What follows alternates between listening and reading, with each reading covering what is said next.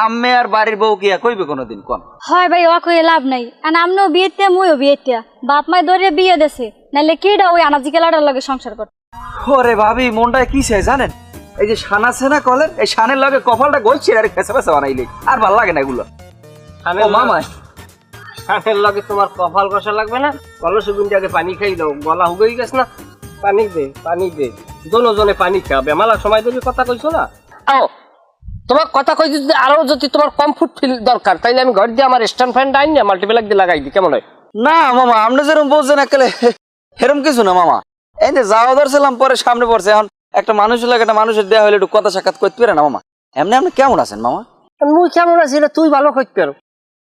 দলিল আমার খাজনা খারিছে আমি দি, মিটিশ হলো আমার নামে, কিন্তু জমি আমার বগদা হলে নাই, বগদা হলে তোমার। মামা আপনি মামা কি যে কোন এক রহস্য করেন, আমার কথা কিন্তু কিছু বুঝি না মামা। যাই হোক আমি যাই, আমার একটু কাম আছে। না তুমি বুঝবা কেমন? তুমি ফিচার খাও না বড়া ফাজিল, আন্দাজে ভূতের বউ লড়াও নাতি দিয়ে হারাসাই। যা যা কামে যা, চুপ যা হট ফালতু। ওই রাওয়া মুরগাটারে কাট করবি, রাওয়া মুরগাটারে কাট করবি, আলু দিয়ে রানবি। একবারই দুই পুরুষ রাহার কোনো দরকার নাই। রাওয়া মুরের উপর আমার বিশ্বাস উঠে গেছে। আচ্ছা হোনেন, আপনি কি মোরে সন্দেহ করেন?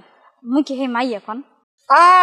আস্তাগফিরুল্লাহ, তোমার নামে একজন পরেশগার মহিলার কি সন্দেহ করা যায়?